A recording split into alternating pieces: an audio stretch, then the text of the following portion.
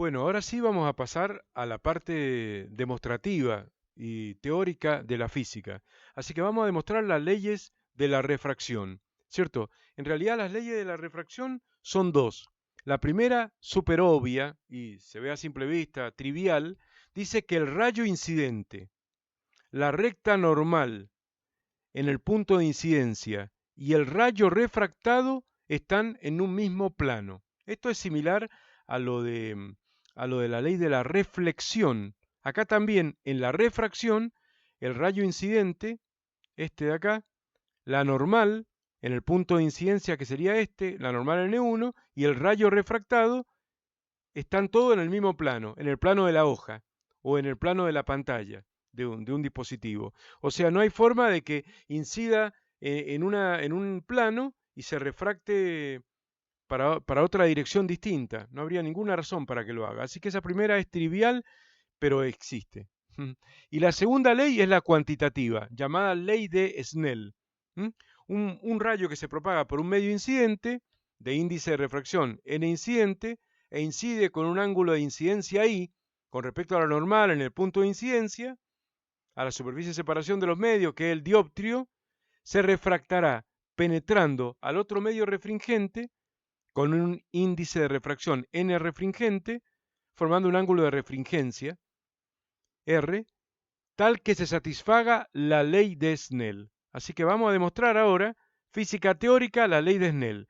Está todo redactado, que el primer rayo, que el otro rayo, está todo explicado, ¿no? Ahora, por supuesto, lo voy a verbalizar y demás, pero si lo quieren leer, al leerlo van a ver que está todo detallado cómo se logra la demostración de la ley de Snell. Así que bueno, paso a indicar cómo hacemos esto. Miren, primero hay acá un haz de luz incidente.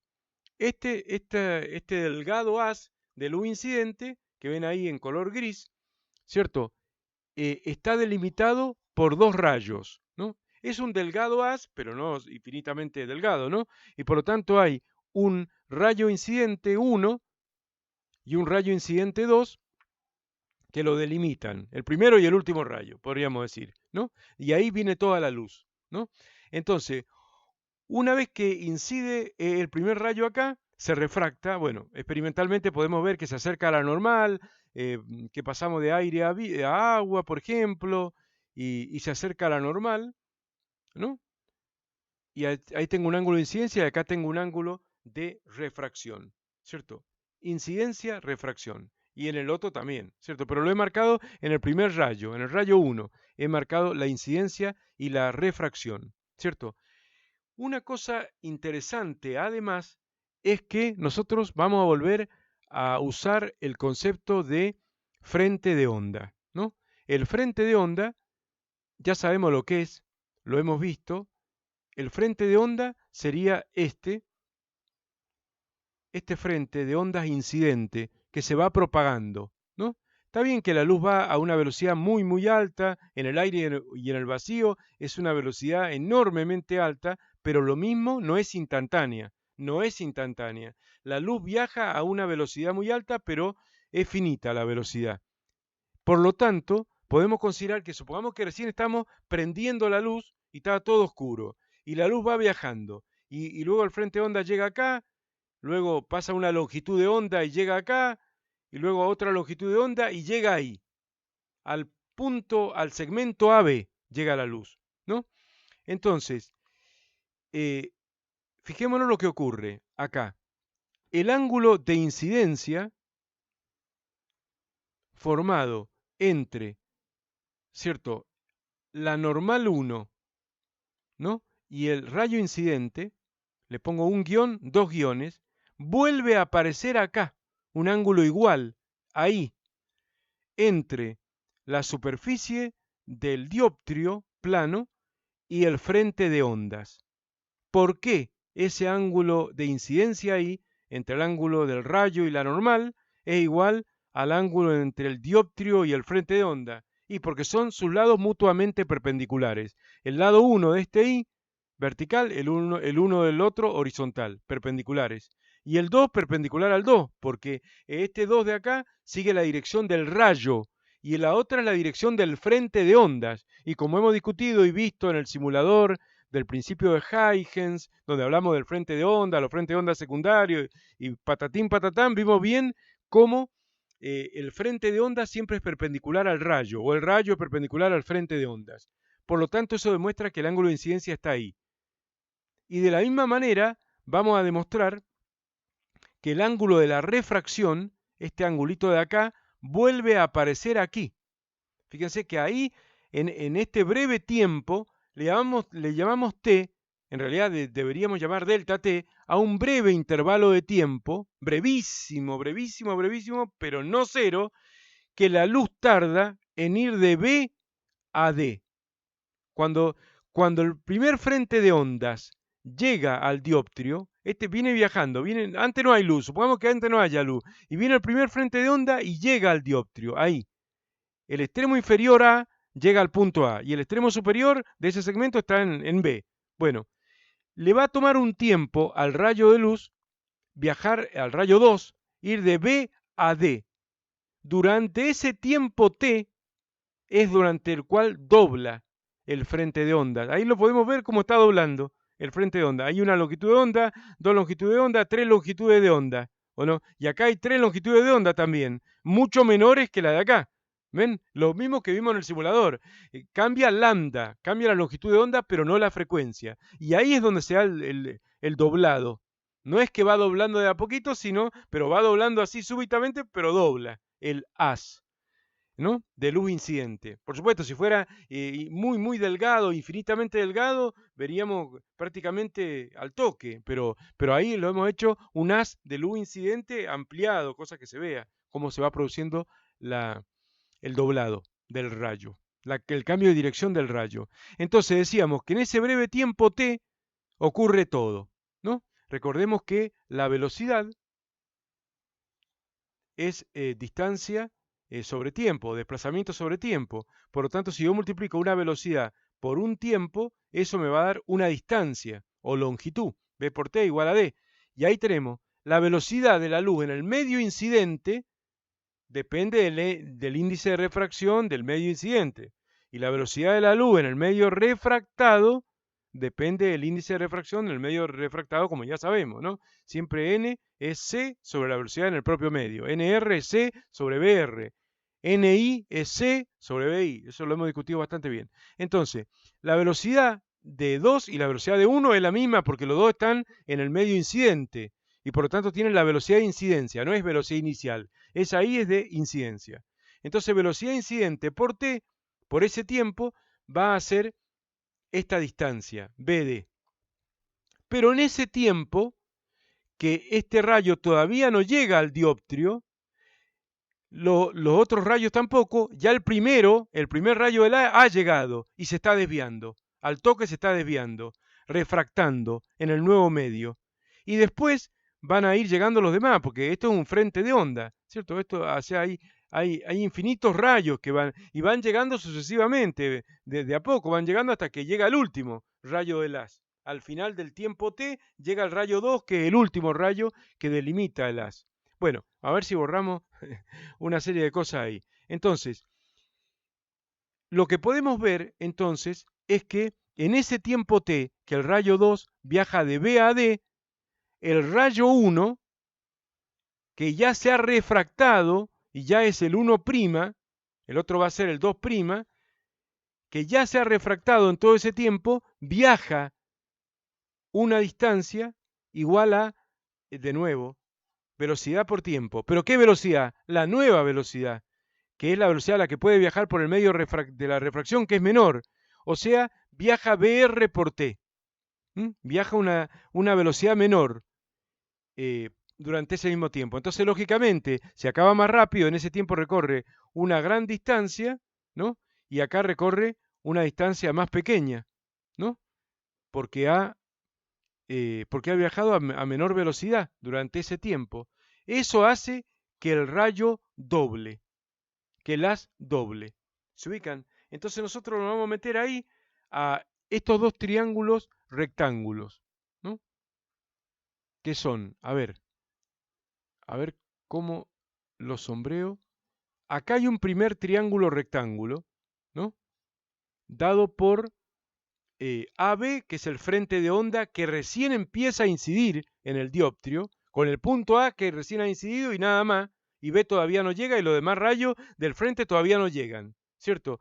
En ese ABD, que es un triángulo rectángulo, yo puedo plantear el seno del ángulo de incidencia. El seno del ángulo de incidencia, el seno de un ángulo es cateto opuesto sobre hipotenusa. El cateto opuesto ahí es BI por T, y la hipotenusa es el segmento AD, que doy en llamar L, que sería la longitud del, del frente, la longitud de lo que va a ser el rayo refractado, ¿no? Medido sobre el dioptrio, ¿no? La longitud de la parte usada del dioptrio, L, que es la hipotenusa de ese triángulo. Entonces, BI por T sobre L es el seno de I. Hago lo mismo en el triángulo rectángulo ACD. ACD es otro triángulo rectángulo, ¿no? Acá vamos con otro color y lo sombreo acá. En ese otro triángulo rectángulo, que también es rectángulo porque hay 90 grados entre la dirección del rayo y la dirección del frente de ondas, ¿no? Refractado. Hay 90 grados. Entonces, de nuevo, el seno de R, pero de este R, ¿cierto? Que es igual a este R, como ya probamos, el seno de R es cateto opuesto sobre hipotenusa, o sea, BR por T sobre L. BR por T sobre L. Ahí tenemos los dos senos de los dos ángulos. Si yo ahora hago la razón, ¿cierto?, entre los dos senos, dividiendo miembro a miembro, seno del ángulo de incidencia sobre seno del ángulo de la refracción es igual a, bueno, ahí lo podemos ver, velocidad inicial por tiempo dividido L, que es el seno del ángulo de la incidencia, dividido BR por T, velocidad de la refracción por T dividido L, que es el seno del ángulo de la refracción, ¿no? Entonces ahora resuelvo esa división, ¿no? BI por T sobre L, que es la primera fracción, la bajo derechita como está a la altura de la raya principal de fracción, y la fracción que está dividiendo se da vuelta y eso convierte a la división en multiplicación, el ABC de la matemática, ¿no? Y queda por L sobre BR por T. Se va T con T. Se va, también queda un tiempo pequeño, pero es igual, ¿no? Porque ahí está doblando. Entonces se va T con T, se va L con L y queda BI sobre BR. ¿O no? Así que a partir de ahí se va a demostrar la ley de Snell, ¿no? Pero fíjense, ya hemos probado que el seno del ángulo incidente sobre el seno del ángulo de la refracción,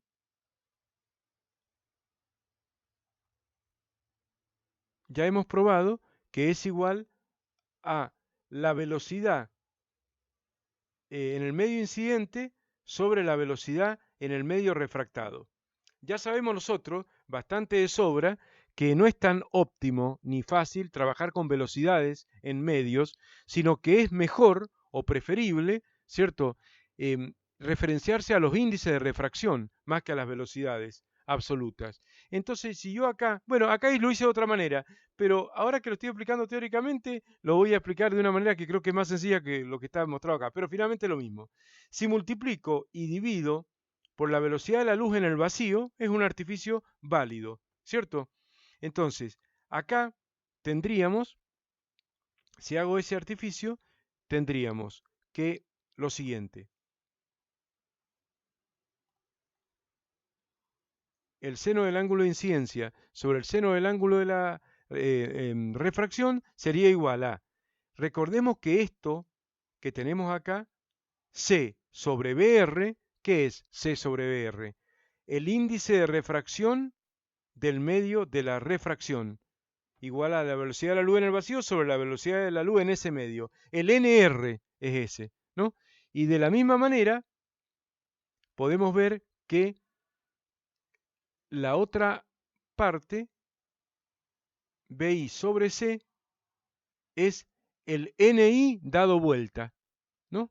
El NI dado vuelta, o sea, el índice de refracción de la incidencia es C sobre BI, y BI sobre C es 1 sobre NI. Así que ahí está, ¿o no? Fíjense que cuando el cociente entre los senos de I y de R se referencia con las velocidades, queda queda, digamos, como si fuera monótono, en el sentido de que arriba la incidencia, abajo la refracción, arriba la velocidad de la incidencia, abajo la velocidad de la refracción.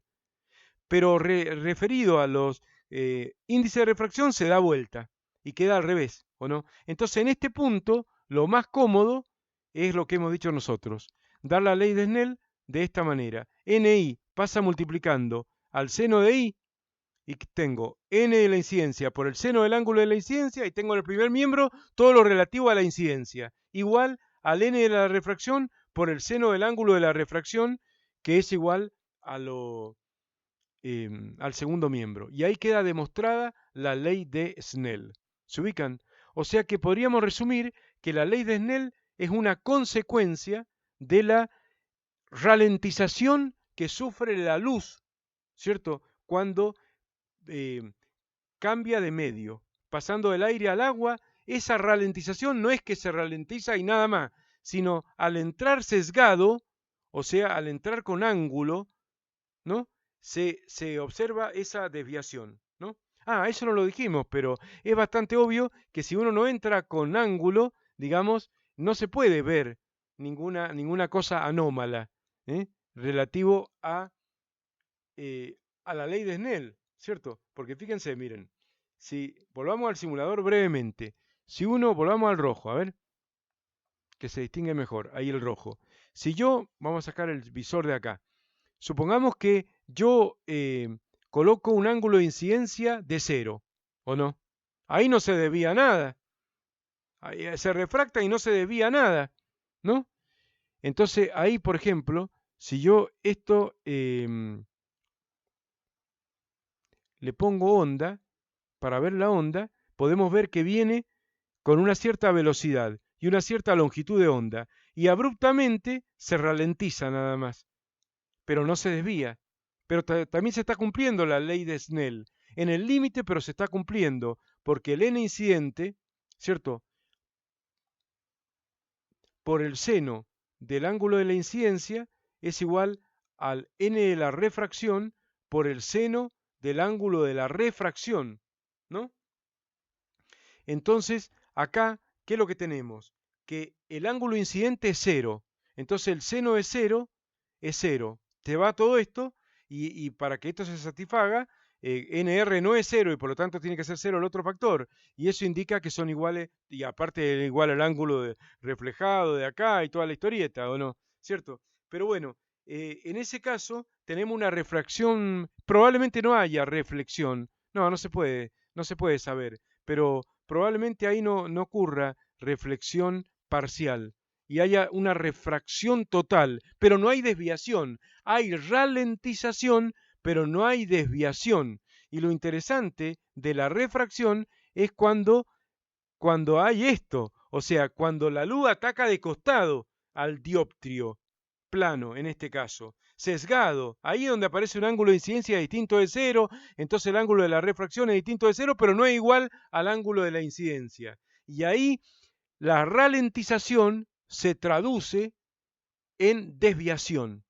El hecho de que vaya más despacio, si se ralentiza mucho, se desvía mucho. En lugar de seguir por su dirección, se acerca mucho a la normal o se aleja mucho de la normal según las características.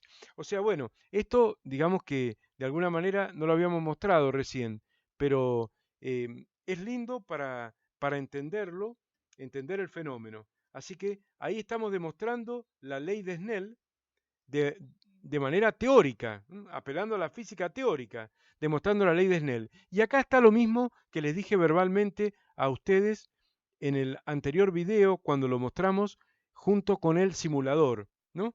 Lo que observamos que el seno es una función estrictamente creciente cuando el ángulo varía entre 0 y 90 grados. Entre 0 y 90 grados, 0 y pi sobre 2, que es lo mismo que 90 en radianes, ¿cierto?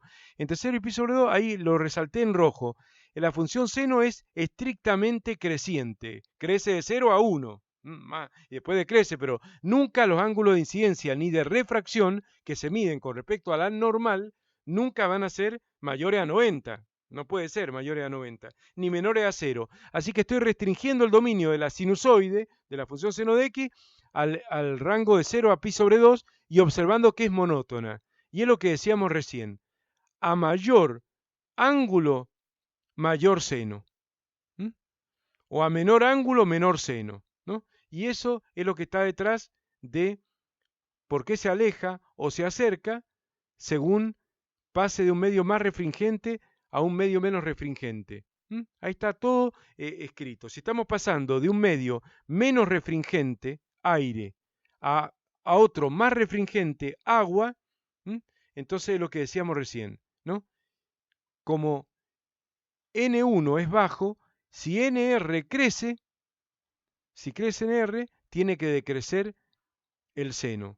Y si decrece el seno es porque decrece el ángulo y me acerco a la normal. Y viceversa por reversibilidad de los caminos ópticos o la viceversa planteada acá. Si pasamos de un medio más refringente a otro menos refringente, ¿no? Tenemos que, al pasar de un medio de mayor n a uno de menor n, si estoy disminuyendo este factor, tiene que aumentar el otro para que el producto se mantenga constante. Entonces tiene que aumentar el seno. Y si aumenta el seno, es porque aumenta el ángulo, y ahí es donde podemos tener problemas, ¿o no? Al pasar de un medio más refringente a otro menos refringente, es probable que no tenga espacio la luz, que ya llegó a los 90 de ángulo de refracción y más no se puede refractar y se produce el fenómeno de la reflexión total que lo veremos en el próximo video. Pero hasta acá terminamos con la ley de Snell demostrada a través de la física teórica y con un toquecito del simulador, dicho sea de paso. Bueno, terminamos así este video.